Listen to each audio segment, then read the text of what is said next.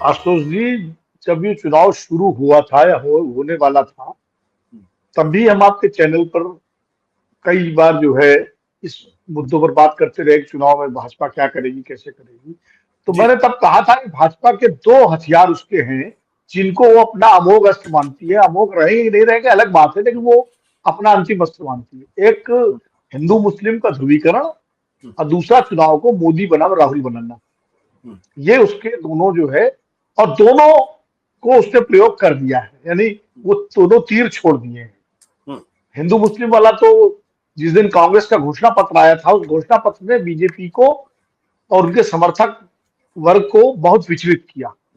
इतना ज्यादा विचलित किया कांग्रेस के घोषणा पत्र ने कि तुरंत प्रधानमंत्री जी ने, मोदी जी ने स्वयं अपने चुनाव सभाओं में उस घोषणा पत्र को मुस्लिम लीग का घोषणा पत्र कह दिया कि मुस्लिम लीग की छाप है, जबकि उसमें मुस्लिम शब्द ही नहीं है कहीं पूरे घोषणा पत्र में।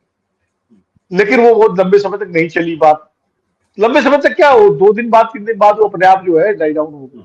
उसके बाद फिर उन्होंने पिछड़ों का आरक्षण छीन के मुसलमानों को दे देंगे, मनमोहन सिंह का 2006 का वो एक बयान निकाल रहे जो उन्होंने दिया था। हालांकि उसमें भी खाली मुसलमानों की बात नहीं कही गई थी, उसमें भी बहुत कुछ कहा गया था। जी। उसमें दलितों, बच्चों, पिछड़ों, सबको, गरीबों के बारे में बात की थी, लेकिन उसको कर दिया गया। वो भी जब देखा कि उसका भी कोई टेकर नहीं है, तो उसके बाद जो है फिर आया था वो मंगलसूत्र आ गया कि मंगलसूत्र आपका छीन करके महिलाओं का ये मुसलमानों में बांट देंगे। वो भी नहीं चला तो भैंस वाला आ गया कि भैंस, आपके पास 2 भैंसें होंगी तो एक भैंस ले ली जाएगी, 2 मकान होंगे तो एक मकान ले लिया जाएगा। और फिर क्रिकेट टीम तक का आ गया मामला, क्रिकेट टीम में भी जो है मुस्लिम वर्दी, मतलब कुछ भी उसमें बचा नहीं। लेकिन फिर भी जो अभी तक चुनाव का जो ट्रेंड है, जिस तरह का चुनाव की वोटिंग हुई है, या लोगों से अगर आप बात भी करिए, तो हिंदू मुस्लिम वाला नैरेटिव कहीं बनता दिखा नहीं। अब उसको लेकर के फिर सैम पित्रोदा साहब का बयान आ गया, उस पर घेरने की कोशिश की गई। जी। लेकिन विरासत टैक्स वाला, विरासत टैक्स भी वो अपने आप ही प्रधानमंत्री जी ने खुद ही कह दिया कि राजीव गांधी ने हटाया था विरासत टैक्स। कांग्रेस को कहने की जरूरत ही नहीं पड़ी, वो जी। प्रधानमंत्री जी ने ही उन्होंने इसको जो है कह दिया कि विरासत टैक्स राजीव गांधी ने हटाया। हालांकि उन्होंने कहा कि इंदिरा गांधी संपत्ति लेने के लिए हटाया, लेकिन जनता में बात चली गई कि तो कांग्रेस ने हटाया था। अब उसके बाद फिर जो अभी कांग्रेस के जमाने में बड़े नेता हुआ करते थे, आचार्य प्रमोद कृष्ण जी, सुरेंद्र राजपूत आ गए हैं तो ज्यादा बेहतर बताएंगे उनके बारे में।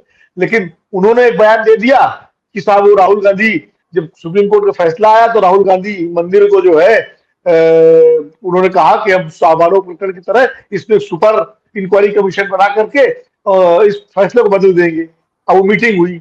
अब आचार्य जी ये तो ना बता पाया कि उस मीटिंग की खबर उनको किसने दी है, या खुद उस मीटिंग में शामिल थे, या उस मीटिंग में कौन कौन था, और राम भक्ति उनकी तब क्यों नहीं जागी जब ये बात हुई थी। लेकिन उन्होंने तीर छोड़ दिया मैदान में। प्रधानमंत्री जी ने वो भी अपने मंच से कहा, उसको भी एक मुद्दा बनाया कि ये जो है ताला जो है हमें 400 सीटें इसलिए चाहिए कि ताला जो है, ताकि बाबरी मंदिर जो है, राम मंदिर पे बाबरी ताला न पड़े। अब मुझे तो कांग्रेसी तो नहीं कहते इस बात को, जिस कांग्रेस के राज में बाबरी मस्जिद का ताला खुला, वो ताला कहां डलवाएगी। ये तो ताला जो है कांग्रेस के राज में खुला था, जिससे सारा ये हुआ था। खैर जी, सारे चीज, अब आज एक नई चीज भी आ गई है, वो जो प्रधानमंत्री की आर्थिक सलाहकार परिषद की रिपोर्ट, जिसमें कहा गया मुसलमानों की आबादी 43% बढ़ गई। अब उसको लेकर के सारे लोग हमलावर हो गए बीजेपी के नेता की। कृष्ण प्रसाद मौर्य से बोल गए कि 550 का नहीं चलेगा, 5 तक। इस तरह के मतलब जो भी हिंदू मुस्लिम को, लेकिन अडानी अंबानी भी बीच में आ गए, वो भी। तो लेकिन जब कोई नैरेटिव नहीं चल रहा है, तो आज अमित शाह जी को देखिए, अमित शाह देश के गृह मंत्री हैं, देश की सारी सूचनाएं, खुफिया सूचनाएं, एजेंसी की सूचनाएं 2 लोगों तक पहुंचती है, गृह मंत्री के पास और प्रधानमंत्री के पास। तो ये सिस्टम है, एक बात हम जानते हैं और लंबे समय तक इन्होंने भी कवर किया, हम लोग भी जानते हैं।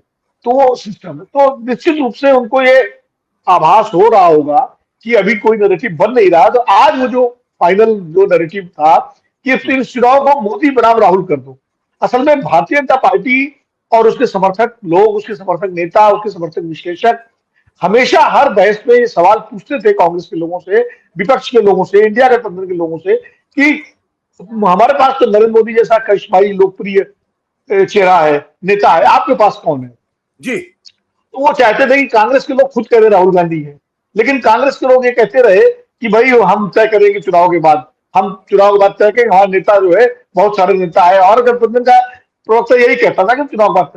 तो विपक्ष ने कोशिश ये की कि राहुल गांधी को केंद्रीय करके चुनाव में मुद्दा ना बनाया जाए। राहुल गांधी आज की तारीख में अभी भी विपक्ष के गठबंधन के सबसे बड़े नेता इस वक्त हैं। अब वो जिस तरह से वो कर रहे हैं मेहनत, लेकिन विपक्ष उनको प्रोजेक्ट नहीं कर रहा है, कांग्रेस भी नहीं कर रही है, क्योंकि वो चुनाव को राहुल बनाम मोदी नहीं बनाना चाहती थी। कांग्रेस इसको रखती है सब मुद्दा मोदी बनाम मुद्दा। अमित शाह जी ने इसको, विनोद जी बीजेपी क्यों बनाना चाहती है इसको? मैं उसी पे आ रहा हूँ। अमित शाह जी को ये लगता है, बीजेपी को ये लगता है कि जितने सर्वे आए हैं, हर सर्वे में राहुल गांधी नरेंद्र मोदी की लोकप्रियता का जो ग्राफ है उसमें काफी फर्क है, 20-22% का फर्क दिखाते हैं। और उसके बाद लगता है कि मोदी जी का जो विराट व्यक्तित्व है, जो उनकी लोकप्रियता है, जो उनकी क्रेडिबिलिटी है, जो उनका गवर्नेंस का एक साख है, जो विश्व गुरु की साख है, उसके सामने राहुल गांधी कहीं नहीं टिकते। ऐसा भारतीय जनता पार्टी, उनके रणनीतिकारों, उनके सिद्धांतकारों, उनके समर्थकों का मानना है कि राहुल गांधी कहीं नहीं टिकते। और जब ये चुनाव मोदी बनाम राहुल हो जाएगा तो जो लोग इस वक्त स्थानीय कारणों से भारतीय जनता पार्टी के उम्मीदवारों को लेकर नाराज हैं, या क्योंकि चुनाव, आशुतोष जी की ध्यान रखिए, भाजपा इस चुनाव को केंद्रीकृत करना चाहती है और जनता ने उसे भी केंद्रित बना रखा है। यही इस चुनाव का सबसे कैच लाइन ये है कि जनता ने इस चुनाव को डिसेंट्रलाइज कर रखा है, भाजपा इसको सेंट्रलाइज करना चाहती है।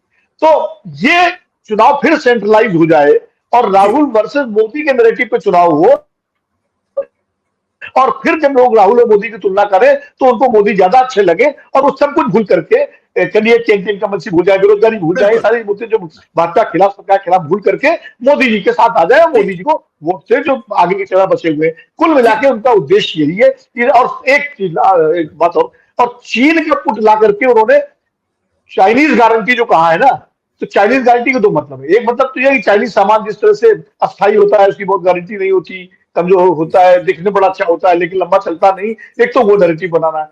दूसरा जो भाजपा की बड़ी कोशिश रहती है कि भाई चीन, राहुल गांधी चीन के राजदूत से मिलने गए, कांग्रेस और चीन की कम्युनिस्ट पार्टी में सब, तो एक चीन परस्त, पहले पाकिस्तान परस्त कहते थे उसको, अभी भी कहते हैं, अब उसको चीन परस्त भी घोषित कर दो। तो चाइनीज बनाम इंडिया, भारतीय गारंटी बनाम चीनी गारंटी, तो दो नैरेटिव है ये, राहुल गांधी वर्सेस मोदी और चाइनीज बनाम भारतीय। ये भाजपा की कोशिश है नया नैरेटिव बनाने की। सत्य हिंदी का ऐप डाउनलोड करें गूगल प्ले स्टोर पर।